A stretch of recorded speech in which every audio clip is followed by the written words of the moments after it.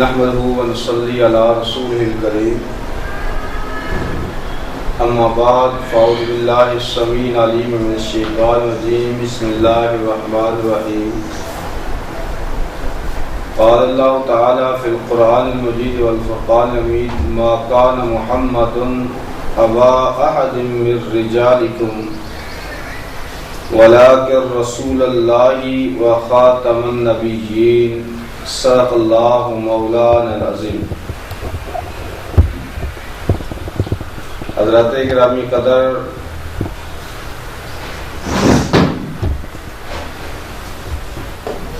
آج انشاءاللہ العزیز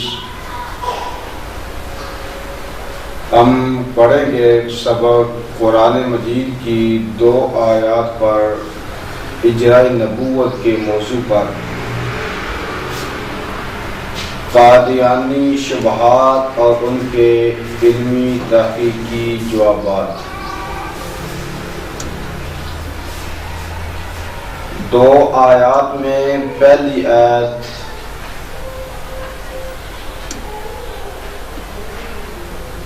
قادیانی قرآن مجید کی اس آیت سے جو تلاوت ہونے لگی ہے باطل استدلال کرتے ہوئے کہتے ہیں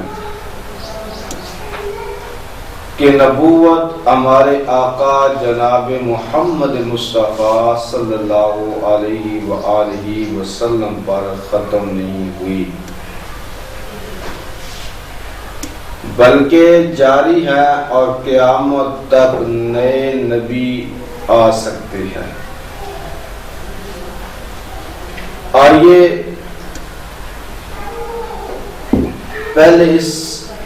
پہلے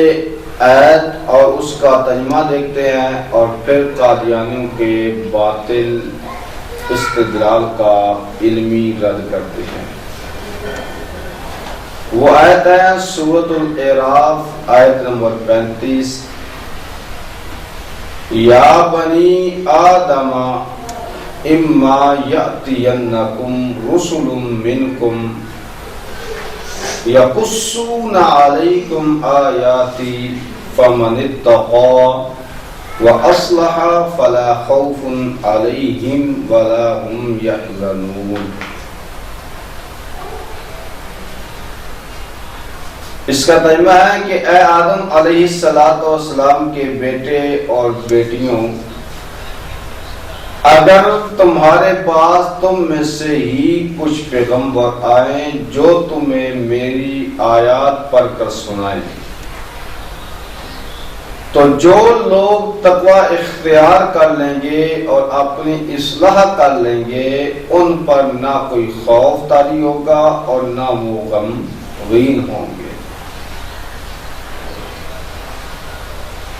قادیانیوں کا باطل استدلال۔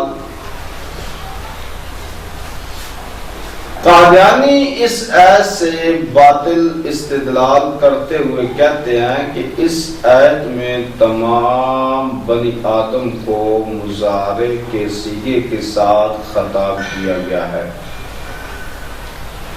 اس لیے اس آیت کا مفہوم یہ بنتا ہے کہ قیامت تک بنی آدم میں سے رسول آتے رہیں گے۔ قادیانیوں کے باطل استدلال کا جواب۔ قادیانی کے اس باطل استدلال کے بہت سے جوابات ہیں، اور جواب نمبر 1، قرآن مجید کے اسلوب سے یہ بات ثابت ہے کہ پورے قرآن میں جہاں بھی امت محمدیہ کو اللہ پاک نے خطاب کیا ہے تو وہاں 2 طریقوں سے خطاب کیا ہے۔ نمبر 1، امت محمدیہ کو اجابت کے لیے یا ایھا الذین آمنوا کے الفاظ سے خطاب کیا گیا ہے۔ نمبر 2، امت محمدیہ کو دعوت کے لیے یا ایھا الناس کے الفاظ سے خطاب کیا گیا۔ پورے قرآن میں امت محمدیہ کو یا بنی آدم کی الفاظ سے خطاب نہیں کیا گیا۔ پس ثابت ہوا کہ اس آیت میں امت محمدیہ کو خطاب نہیں کیا گیا، بلکہ امت محمدیہ سے پہلے تمام اولاد آدم کو خطاب کیا گیا تھا۔ اس آیت میں اس کا ذکر ہے۔ ایک یہاں پر میں ضروری بات وضاحت کرنا چاہتا ہوں کہ یا بنی آدم کے الفاظ سے جہاں بھی اولاد آدم کو خطاب کیا گیا ہے، وہاں اگر کوئی احکام نازل کیے جانے کا ذکر ہو تو اگر وہ احکام امت محمدیہ میں منسوخ نہ کیے گئے ہو، یا کوئی ایسا حکم ہو جو شریعت محمدیہ کو اس حکم کے پورے کرنے سے مانے نہ ہو، تو امت محمدیہ بھی اس حکم میں شامل ہوتی ہے۔ جبکہ اس آیت میں جس بات کو ذکر کیا گیا ہے وہ سابقہ امتوں کے لیے اس لیے ہے کیونکہ قرآن و حدیث کے مطابق رسول اللہ صلی اللہ علیہ وسلم کو آخری نبی قرار دیا گیا ہے، اور آخری نبی کے آنے کے بعد نبوت جاری نہیں رہتی۔ قادیانی یا بنی آدم کے لفظ پر اعتراض کرتے ہوئے ایک اور آیت بھی پیش کرتے ہیں، کہتے ہیں یا بنی آدم خذوا زینتکم عند کل مسجد، کہ اس آیت میں یا بنی آدم کے لفظ سے خطاب کیا گیا اور اس میں مسجد کا ذکر ہے، اور مسجد امت محمدیہ کے ساتھ خاص ہے۔ حالانکہ قادیانیوں کو یہ پتہ نہیں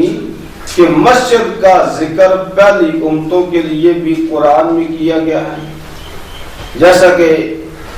اس آیت میں ذکر ہے قال الذین غلبوا علی امرہم لنتخذن علیہم مسجدا، انہوں نے کہا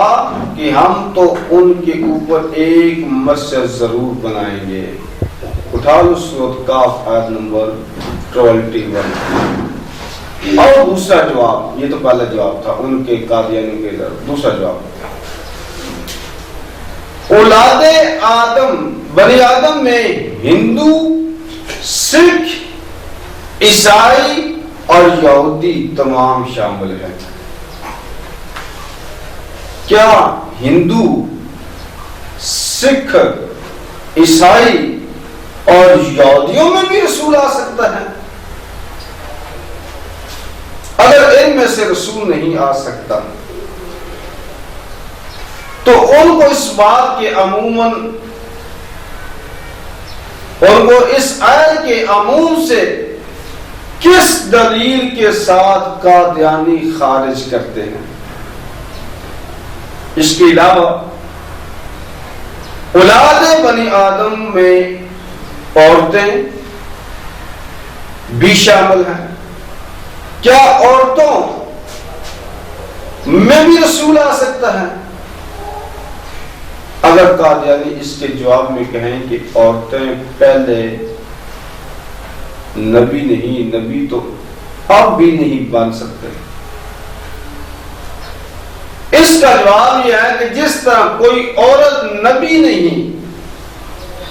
نبی اسی طرح پہلے کسی نبی کی اطاعت کرنے سے کوئی مرد بھی نبی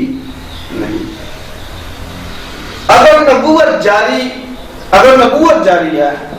اور اطاعت سے کوئی انسان نبی بن سکتا ہے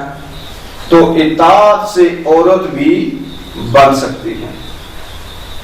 بس ثابت ہوا کہ اس آیت کی روح سے جس طرح عورت نبی نہیں بن سکتی، اسی طرح کوئی مرد بھی نبی نہیں بن سکتا۔ جواب نمبر 3، اگر اس آیت یا بنی آدم اما یأتینکم رسل منکم، اس اس ایسے رسولوں کے آنے کا وعدہ ہے، تو اس آیت میں اما یاتینکم رسل کی جگہ منی ہدن سے صاحب شریعت رسولوں کے آنے کا وعدہ بھی ہے، کیونکہ اس آیت میں وہی یاتینکم ہے جو یا بنی آدم اما یاتینکم رسل منکم والی آیت میں۔ لیکن قادیانی شریعت رسولوں کے آنے کے منکر ہیں، پر جس طرح آیت میں ہے نا یا بنی آدم اما یاتینکم رسل منکم سے آپ قادیانی شریعت رسولوں کے آنے کے منکر ہیں، اسی طرح اس آیت سے غیر شرعی رسول بھی نہیں آ سکتے۔ جواب نمبر 4، اس آیت یا بنی آدم اما یاتینکم رسول منکم میں لفظ اما ہے، اور اما حرف شرط ہے جس کا تحقق ضروری نہیں، جس طرح مظاہرے کے لیے استمرار ضروری نہیں، جیسا کہ اس آیت سے وضاحت ہوتی ہے اما ترجن من البشر احدا، سورۃ مریم آیت نمبر 26۔ اگر لوگوں میں سے کسی کو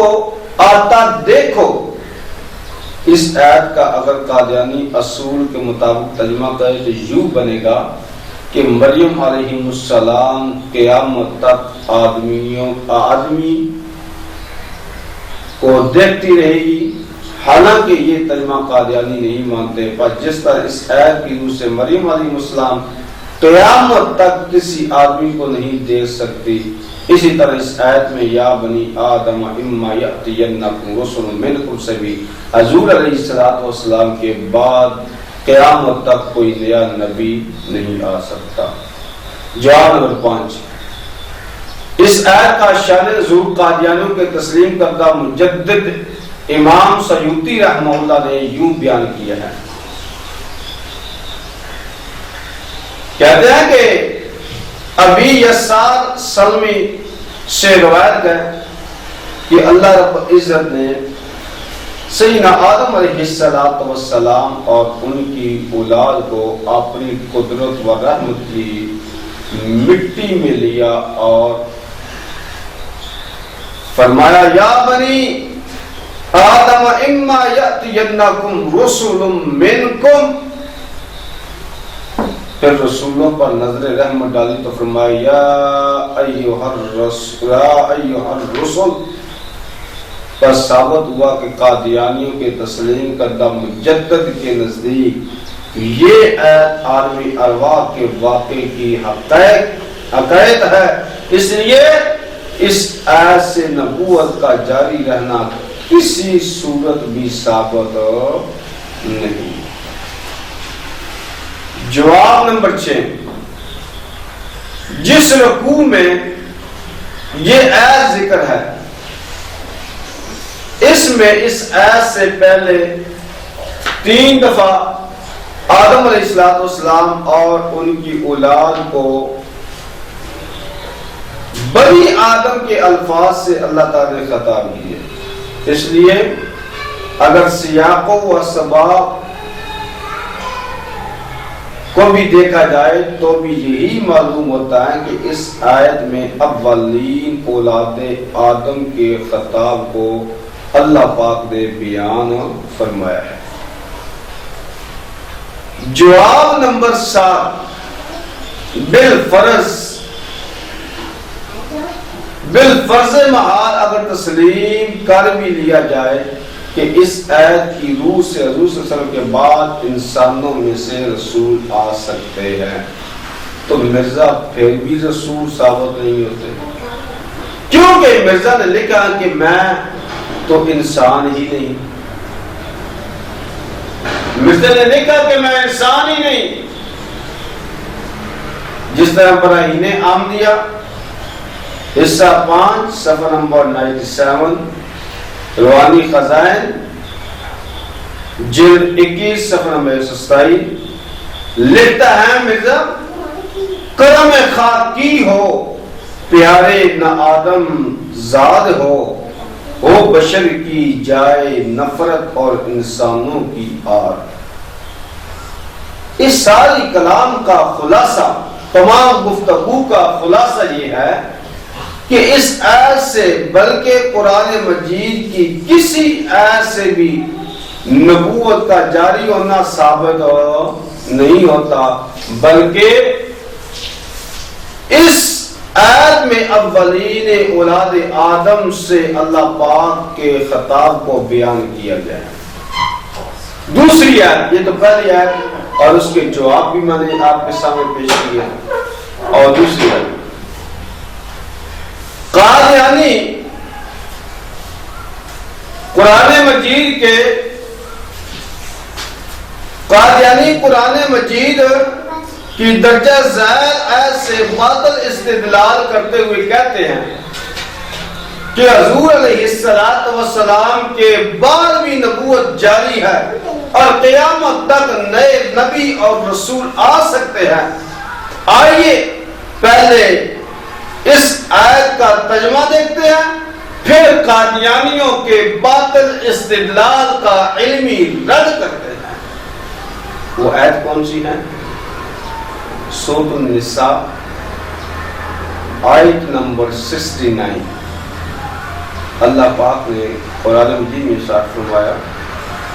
وَمَن يُطِعِ اللَّهَ وَالرَّسُولَ فَأُولَٰئِكَ مَعَ الَّذِينَ أَنْعَمَ اللَّهُ عَلَيْهِم مِّنَ النَّبِيِّينَ وَالصِّدِّيقِينَ وَالشُّهَدَاءِ وَالصَّالِحِينَ وَحَسُنَ أُولَٰئِكَ رَفِيقًا۔ ترجمہ اس کا یوں ہے، اور جو لوگ اللہ اور اس کے رسول صلی اللہ علیہ وسلم کی اطاعت کریں گے تو وہ اس کے ساتھ ہوں گے جس پر اللہ نے انعام فرمایا ہے، یعنی انبیاء، صدیقین، شہداء اور صالحین، اور وہ کتنے اچھے ساتھی ہیں۔ قادیانیوں کا یہاں میں آپ کو باطل استدلال جو ہیں وہ اب بیان کرنے لگا ہوں۔ قادیانی اس آیت سے باطل استدلال کرتے ہوئے کہتے ہیں کہ اللہ اور اس کے رسول کی اطاعت کرنے سے کوئی بھی انسان نبی، صدیق، شہید اور صالح بن سکتا ہے،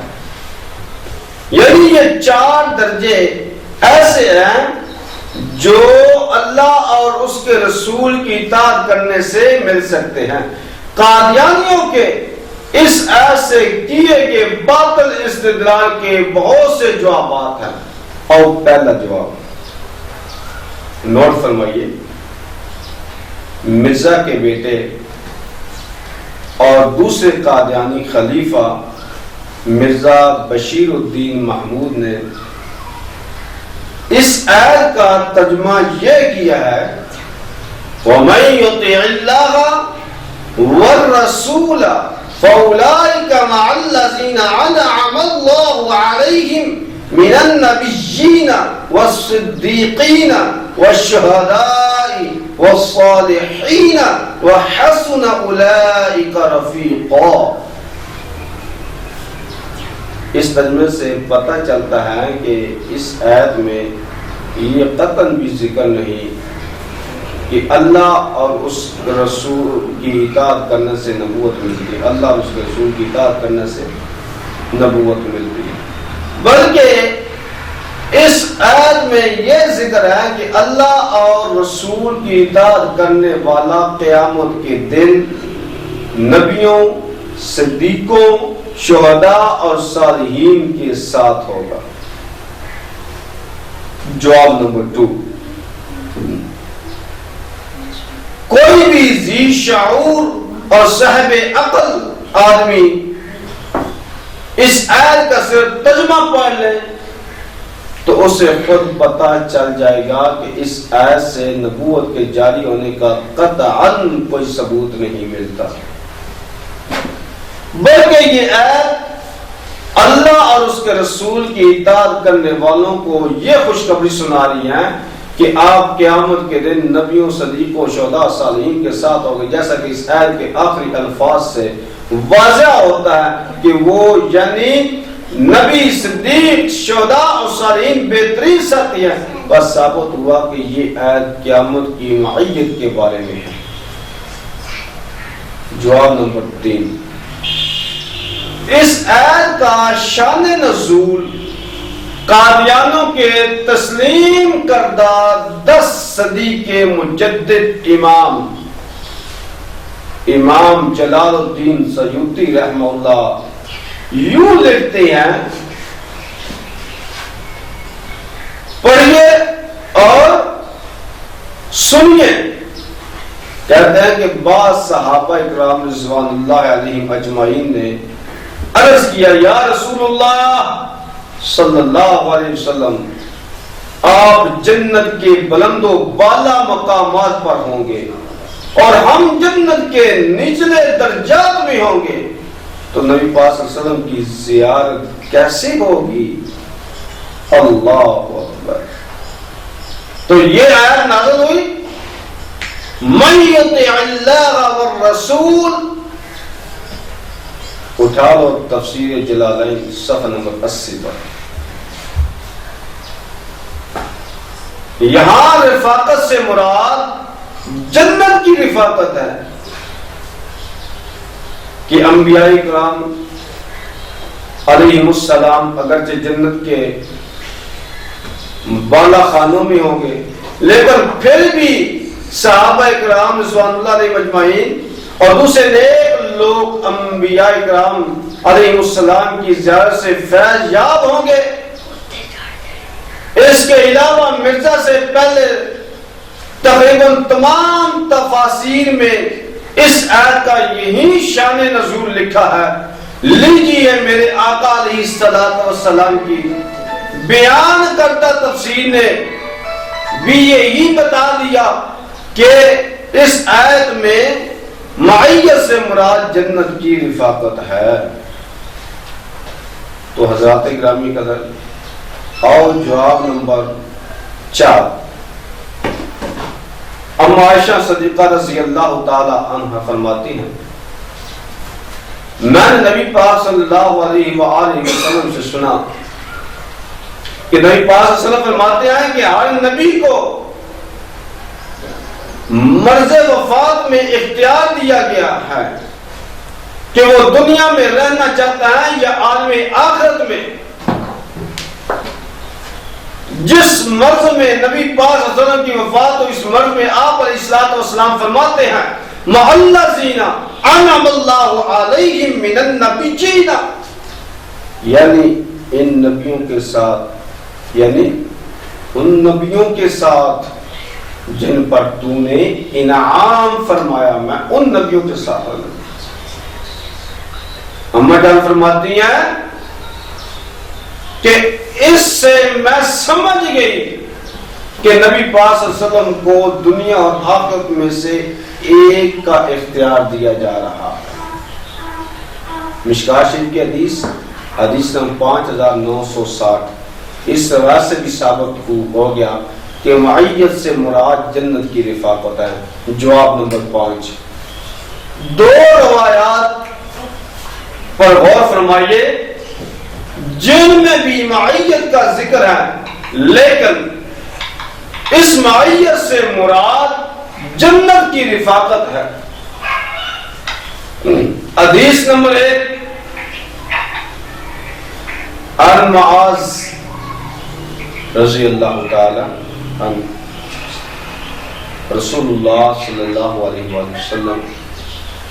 قال من قرأ 1000 آیۃ فی سبیل اللہ تبارک و تعالی کتب یوم القیامت مع النبیین والصدیقین والشہداء والصالحین وحسن اولئک رفیقا انشاء اللہ تعالی۔ حضرت معاذ بن انس رضی اللہ تعالیٰ عنہ سے روایت ہے کہ نبی پاک صلی اللہ علیہ وسلم جو شخص 1000 آیات روزانہ اللہ کی رضا کے لیے تلاوت کرے وہ قیامت کے دن نبیوں، صدیقوں، شہداء اور صالحین کے ساتھ ہوگا اور انشاءاللہ ان کی رفاقت خوب رہے گی۔ مسلم احمد کی حدیث ہے، حدیث نمبر 15696۔ حدیث نمبر 2، عن ابی سعید رضی اللہ تعالی عن النبی صلی اللہ علیہ وسلم قال التاجر الصدوق الامین مع النبیین والصدیقین والشہداء۔ حضرت ابو سعید رضی اللہ تعالی عنہ روایت کرتے ہیں کہ نبی پاک صلی اللہ علیہ وسلم نے فرمایا سچا ایمانت دار تاجر قیامت کے دن صدیقین، انبیاء، صدیقین اور شہداء کے ساتھ ہوگا۔ ترمذی کی حدیث ہے، حدیث نمبر 1209۔ اب قادیانی یہ بتائیں، یہ قادیانیوں کہ کیا کوئی سچا تاجر یا 1000 آیات روزانہ پڑھنے والا نبی بن سکتا ہے؟ یقیناً قادیانی یہی کہیں گے سچا تاجر اور 1000 آیات روزانہ پڑھنے والا قیامت کے دن نبیوں، صدیقوں، شہداء اور صالحین کے ساتھ ہوگا۔ جس طرح سچا تاجر